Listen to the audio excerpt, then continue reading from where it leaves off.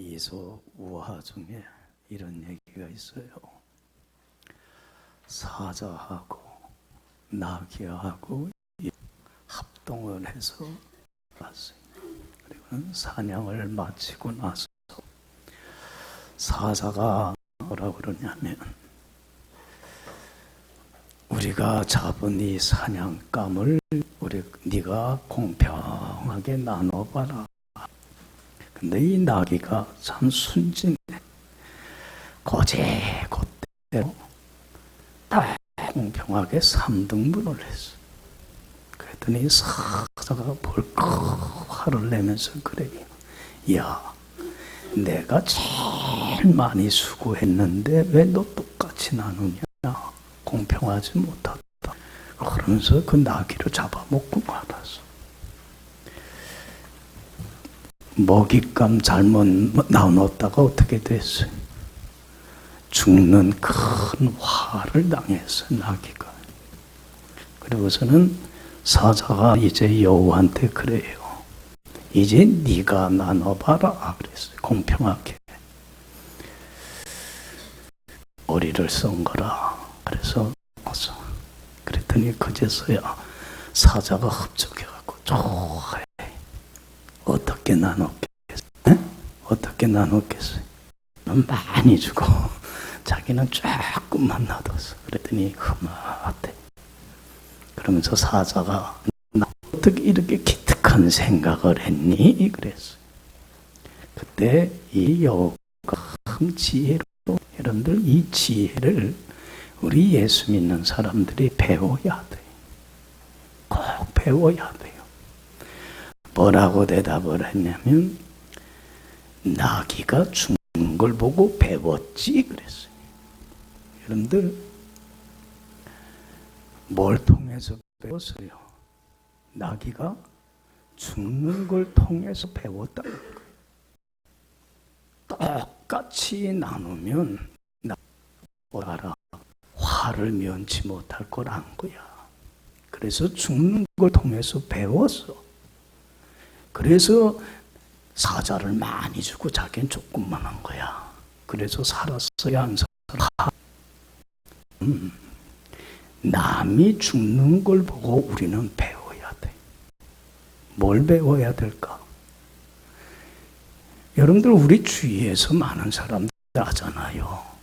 그 사람들이 죽는 걸 보면서 우리도 뭘 깨달아야 돼. 어리석은 사람은요, 남이 죽는 걸 보면서 배우질 못하기 까닭에 한 번 주어진 인생을 얼마나 어리석고 우둔하고 불행한 인생을 사는지 몰라. 화를 스스로 자초를 해요. 나귀가 죽는 걸 보고, 다른 사람이 죽는 걸 보고 나도 언젠간 죽겠구나. 나도 언젠간 이 땅의 삶을 마감할 수밖에 없는 나야구나라는 것을 배울 수만 있다면 의미 없는 가치 있고 의미 있고 보람 있고 행복한 인생을 살아가요. 할렐루야. 화를 면할 수가 있어. 많은 사람들이 이 불행을 극복 못하는 이유가 죽음을 통해서 배우는 게 없었어요. 참 어리석음이에요. 여러분들 우리나라에서 한 달에 몇 명이 죽을 것 같아요? 사망자 수에서 한 달에 죽는 사람 수가 23,000명이라고 그래요. 통계적으로. 그럼 1년에 우리나라에서 몇 명이 죽는 거예요? 거의 한 30만 명이 죽는 거예요. 죽어나가고 있어요, 지금도. 1년에 세계에서 몇 명이 죽을 것 같아요? 1억이 죽어간다는 거예요. 결코 작은 수가 아니야. 많은 사람이 죽어가고 있어요. 언젠간 우리도 이 죽음의 통계 숫자에 우리가 들어갈까 안 들어갈까? 들어가요, 안 들어가요? 들어가요. 나도 죽는다는 거예요. 다른 사람이 죽어가는 죽음의 흐름을 배우고 준비할 줄 알아야 돼. 죽음을 생각하면서 죽음을 대비하고 죽음을 준비할 줄 아는 지혜로운 사람이 돼야 된다요. 할렐루야. 근데 이걸 생각을 안 해요. 다른 게 삶과 죽음을 미련하고 우둔한 참 답답한 인생. 솔로몬이 전도서 7장 고백을 해요. 초상 잔치집에 가는 거야. 초상집에 가는 게 좋아요, 잔치집보다. 초상집 가면 다른 사람 장례 치르는 거 보면서 나도 어떡할 거다. 언젠간 나도 삶을 마감하겠구나. 그러면서 죽음을 생각하면 미리 죽음을 내다보고 죽음을 대비하고 죽음을 준비할 수 있는 지혜가 생기기 때문에 그런 거예요. 할렐루야. 늘 생각해요. 예? 오늘 임금 참 지혜로운 임금이죠. 늘 자기 하고 시켰어요. 임금이 기억하십시오. 신하들이 만나면 늘 그렇게 인사하게 한 거야. 참 지혜롭죠. 그래서 자기가 언젠간 죽을 거라는 걸 생각하고 뭘 준비하기 위해서, 죽음을 내다보고 미리미리 대비하기 위해서 그렇게 인사시킨 거예요. 참 지혜로워요. 근데 여러분들 대부분의 왕들은 그렇게 인사하면 죽음이요. 여러분들도 죽음 얘기하면 싫어. 그죠? 저도 그래서 어릴 때 저희 상여가 지나가잖아요. 동네 이렇게 마당 앞으로. 그러면 못 본 채 뒤돌아서 막 하고 있었어요. 왜? 죽음이 싫어. 네. 두려워서 피했어요. 지금도 죽음을 생각하고 죽음을 떠올리는 것조차도 무서워하는 사람들 많아요. 여러분들 그래서 임금들은 뭐라고 해요? 만세, 천만, 그렇게 사는 왕들이 있어요? 여러분들 진시황은 죽는 게 같고 영원히 살고 싶어갖고 신하들한테 뭘 구해오라고 그랬어요. 삼심산에 가서 영생처 불로쳐 구해와라.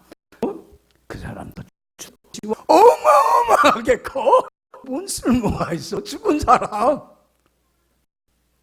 야, 미련둥이도 곰퉁이다네 그랬어요. 잘하긴 잘했대. 중국 사람도 후대들 먹여 살리대. 죽어서도. 여기 봐요. 죽음을 생각하고 죽음을 대비하라.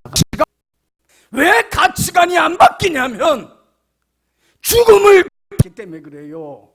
아무리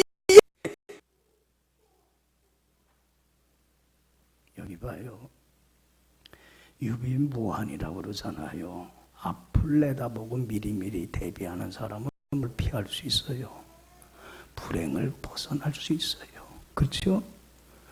우리 신앙인들은 조금 더 멀리 내다봐야 돼. 여러분들 우리 잘 알듯이 요셉이 하나님의 은혜로 7년의 흉년이 올 걸 알고 미리 내다보고 풍년의 때 준비했어요, 안 했어요? 준비하지 않았어요. 그래갖고는 흉년이 닥쳤을 때에 요셉의 말을 믿고 준비한 사람들은 흉년의 때에 굶어 죽지 않았잖아요. 화를, 불행을 면했잖아요.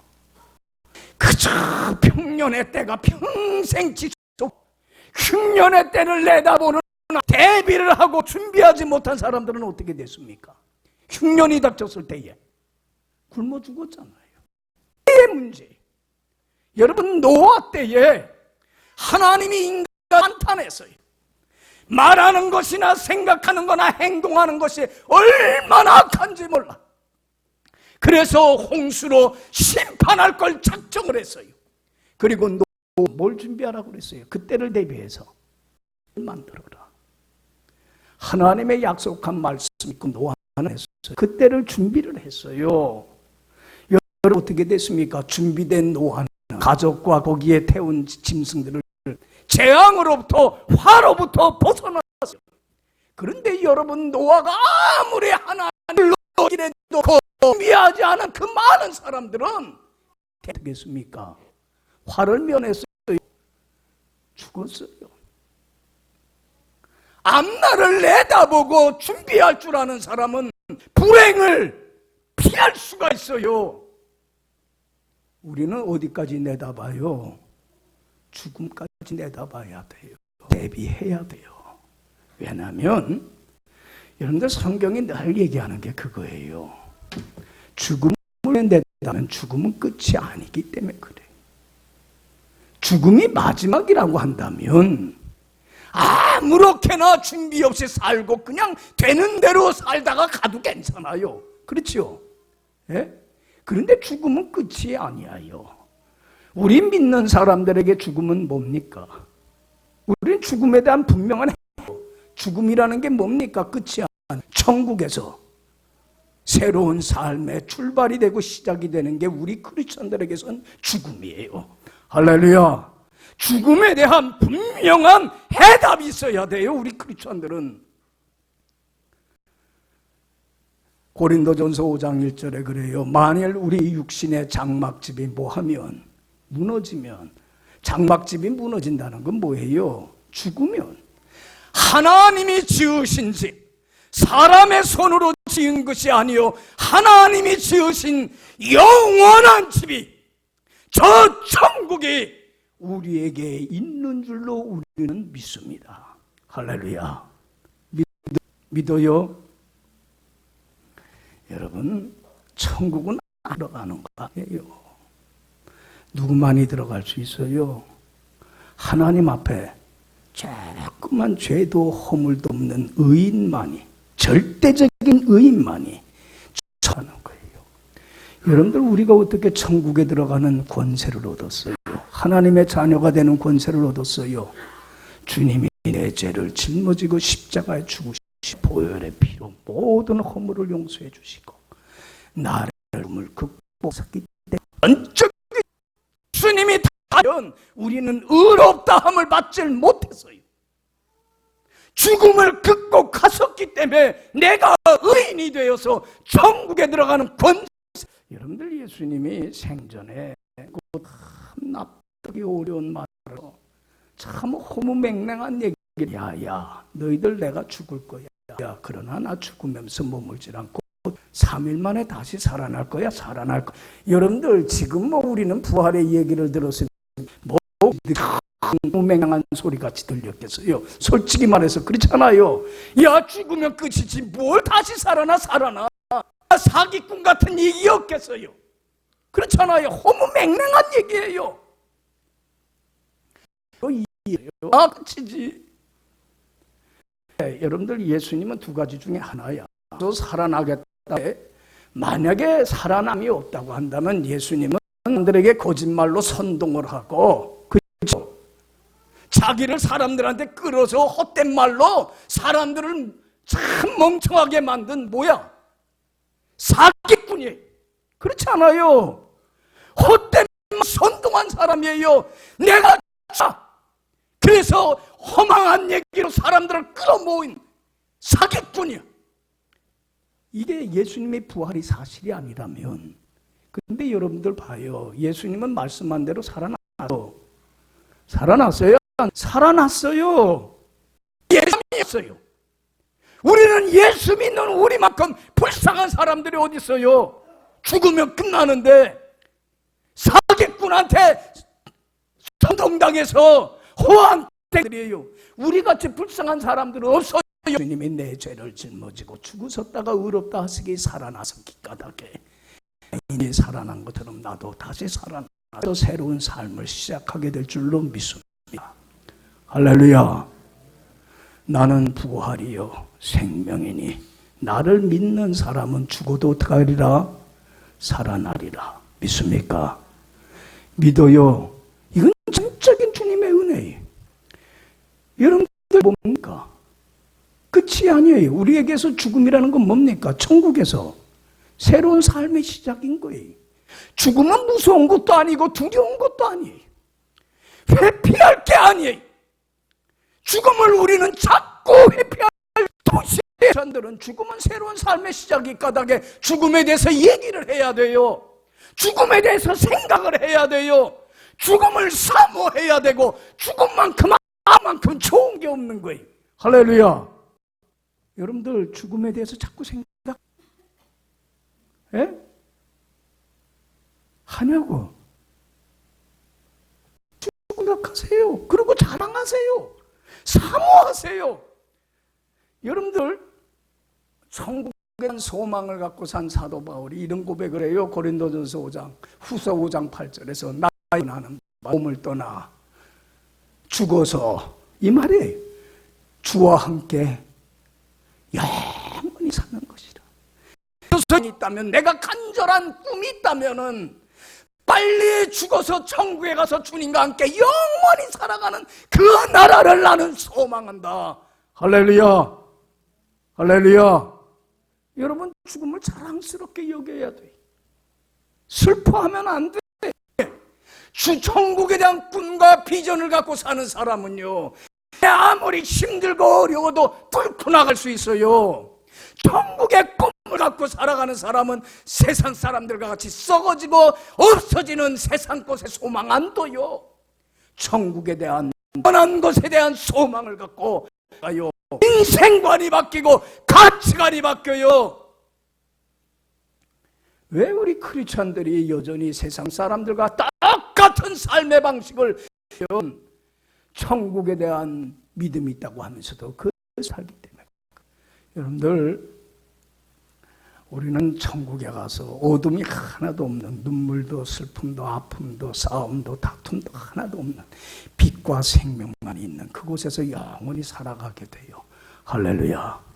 우리에게서 죽음이라는 게 뭡니까? 천국에서 주님과 함께 새로운 삶의 시작이 되는 거예요. 그러면 삶이라는 게 뭡니까? 인생이라는 게 뭡니까?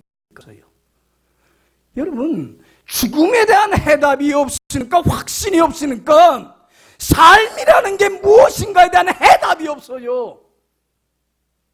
삶이라는 게 뭡니까? 한 번 주어진 인생이 뭡니까? 뭘 위해서 사는 겁니까? 여러분, 죽음이 천국에서 새로운 하는 거, 주님만, 그렇지요? 그냥 되는 대로 사는 게 앞에 어떤 비하고 중요한 인생이에요. 여러분들, 우리가 천국에 갔을 때 주님이 우리한테, 야, 너는 내가 의인이 피 흘려 생명까지 다 버렸단다. 넌 날 위해서 뭘 하다 왔니? 물어본다면 다 왔다고 대답하겠어요. 대답할 말이 있어야 되지 않아요? 아무런 대답 못하고 세상 사람과 똑같이 싸우고 다투고 욕심 부리고 할 수가 없지 않아요? 그때 뭐라고 대답을 하겠습니까? 뭐라고 대답할까요? 여러분, 준비를 합시다. 할렐루야. 주님이 날 위한 몸 버려 피 흘려 생명 버리신 그 은혜에 감사하면서 그 주님을 기쁘게 하며 살아도 죽어도 주 위하여 내가 살다가 왔어. 얼마나 잘했다. 충성된 종아. 영광의 생명의 면류관이 그에게 상급이 주어지겠어요. 할렐루야. 할렐루야. 그렇잖아요. 여러분들,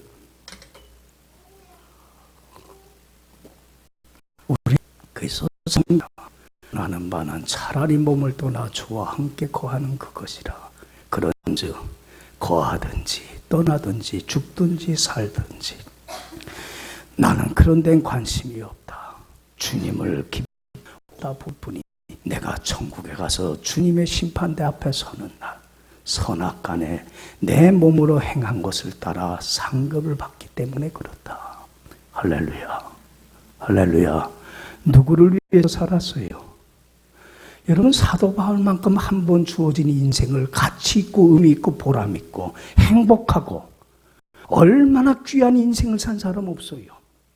그럴 수 있었던 비결이 뭐냐면 죽음이 있었기 때문에 죽음을 대비하고 준비하며 이 땅에 사는 날 동안 자기를 위하여 살지 않고 누굴 위하여 살았어요? 주님을 위하여 살았어요. 어떻게 하면 주님을 영화롭게 할 수 있을까? 어떻게 하면 이 은혜와 사랑의 빛을 조금이나 갚을 수 있을까? 그래서 말씀에 순종하며 하나님 앞에 바르게 사는 데에 죄뿐만 아니라 그래서 주시는 그 자유와 생명과 빛과 그 은혜를 축복을 누렸을 뿐만 아니라 많은 사람들에게 예수를 믿으면 이렇게 복되다고 증거하고 전함으로 얼마나 많은 사람들을 주님 앞으로 인도해드리는 너무나 귀한 인생. 할렐루야, 할렐루야. 얼마나 복된 인생을 살았습니까? 그래서 빌립보서 1장 고백이 또 유익함이니라. 나에겐 죽음은 좋은 거다. 그래서 나는 주님 앞에 가는 날 부끄러움 없이 서기 위해서 나는 삶이라는 것은 주님을 위하여 사는 것이다. 할렐루야, 할렐루야. 여러분, 죽음을 생각하고 대비하며 주님 앞에 서는 날 믿어라. 주님의 영광만 위하여 살아갈 수 있는 연절히 축원합니다. 인생이 없습니다. 그러기 위해서 우리가 반드시 명심하고 명심해야 될 게 오늘 본문 얘기입니다. 우리가 주님 앞에 설 것을 대비하기 위하여 어떤 삶을 살아가야 하는가. 자, 11절 다 같이 읽어봅시다. 또한 너희가 이 시기를 알거니와 자다가 깰 때가 벌써 되었으니 이는 이제 우리의 믿을 때보다 가까웠습니다. 이 시기를 알라는 거예요. 이 시기를 분별하라는 거예요. 내가 지금 내 인생의, 내 생애의 시점에서 얼마 시점에 와 있는지를, 내 인생의 터닝 포인트가 돼야 될 얼마나 중요한 자리에 서 있는지를, 이 시기를 너희는 분명히 알라는 거예요. 호하는 거예요. 이 시기를 알라. 너희가 영적인 자여나 일어나 빛을 발할 때가 되었나니 이는 너희 구원이 처음 믿을 때보다 뭐했습니다. 여러분들, 우리 죽음이 가까워지고 있기 때문에 이제는 이 시기를 알아야 돼요. 할렐루야. 주님 앞에 설 날이 가까워지고 있는 이때라는 거예요. 하루를 지나고 한 달이 지나고 1년을 지나면 지금도 벌써 한 해가 또 가잖아요. 그만큼 뭐해가 마지막에 가까워야 이 시기를 알라는 거예요. 한없이 사는 게 아니에요. 시간은 한없이 주어진 게 아니에요. 여러분, 내가 끝을 향해서 가는 게 아니에요. 여러분들 분명히 알아야 될 것은 끝은 하나님에 의해서 오고 있는 거예요. 여러분들, 나를 이 땅에 보내신 이도 누구예요? 내가 오고 싶어서 온 거예요? 하나님에 의해서 보내진 거예요. 보내진 거예요. 제가 산 거 아니에요. 삶의 주인이신 나라와 진 거예요. 그러면 이 마지막도 누가 나를 마지막으로 갖고 가게 해요? 여러분들, 하나님에 의해서 마지막이 주어지는 거예요. 내가 마지막을 향해서 가는 게 아니라. 여러분들, 우리 크리스찬들 이런 얘기 조심해야 돼요. 연세 드신 분들이 종종 이런 얘기하면 나 이제 그만 살았으면 좋겠습니다. 이제는 그냥 좀 마감했으면 좋겠습니다. 여기 봐요. 내가 그만 살고 싶다고 해서 그만 사라지는 게 인생이에요. 내가 아니에요. 내가 더 쏘자고 해서 사라지는 것도 아니고, 내가 인생을 끝내고 싶다고 해서 끊어지는 게 아니에요. 하나님이 내 인생을 끝내야 끝내지는 거예요. 할렐루야. 그렇지 않아요? 그러면 내가 지금까지 살아있다는 건 아직도 내가 살아갈 이유가 있어서 살려놓는 거예요. 할렐루야. 뭐 하기 위해서? 주님 앞에 설 걸 준비하도록 하기 위하여. 아직도 내가 살아갈 이유가 있는 거예요. 세상 사람들은 가치 없다고 얘기하겠지만, 여러분들이 지금 살아있는 건, 하나님이 나를 데려가지 않는 건 아직도 살아갈 이유가 있어요. 존재할 이유가 있는 거예요. 여러분, 남은 시간, 이 시기를 알고 얼마나 내 인생의 중요한 변곡점에 서 있는가를 알고 허황되게 시간을 낭비할 때가 아니라 이거 영적인 잠에서 깨어나 일어나 빛을 발하며 이 사랑의 이 시기를 알아야 돼. 여러분, 어떻게 하면 일어나 빛을 발 수 있을까요? 이제는 빛의 자녀답게 나요. 그래서 12절에서 13절 말씀합니다. 다 같이 읽어봅시다. 낮에니 해가 자 낮에와 같이 단정히 행하고 방탕하거나 술 취하지 말며 음란하거나 허색하지 말며 다투거나 시기하지 말고. 여기 봐요. 밤이 깊고 뭐가 가까. 여러분, 칠흑 같은 어두운 밤은 언제 찾아옵니까? 새벽별, 새벽을 알리는 새벽별이 뜨기 바로 전입니다. 점점 우리 살아가는 세로나 영직과 불의가 횡행하고 말세라고 탄식들 하지만 점점 밤이 깊어가고 있다는 것은 새벽별이신 빛 대신 주님이 뭐 할 날이 가까워지고 있다는 거예요. 오실 날이 가까워지고 있다는 거예요. 역사의 만한이에요. 그렇기 때문에 밤이 깊으면 깊어질수록 우리는 일어나 빛을 발하라. 모든 뭐를 벗어 던져요? 어둠의 옷을 벗어 던지세요. 음란하거나 술 취하거나 호색하거나 시기하거나 질투하거나 미워하거나 원망하거나 불평하거나 욕심부리거나 이런 모든 어둠의 옷들은 벗어 던져야만 돼요. 여러분들 용기 위하여 살아가면 내가 행복합니까? 불행합니까? 불행해요. 어둠으로부터 못 벗어나면. 나만 불행한 게 아니야. 주위에 있는 사람들을 얼마나 불행하게 만들어요.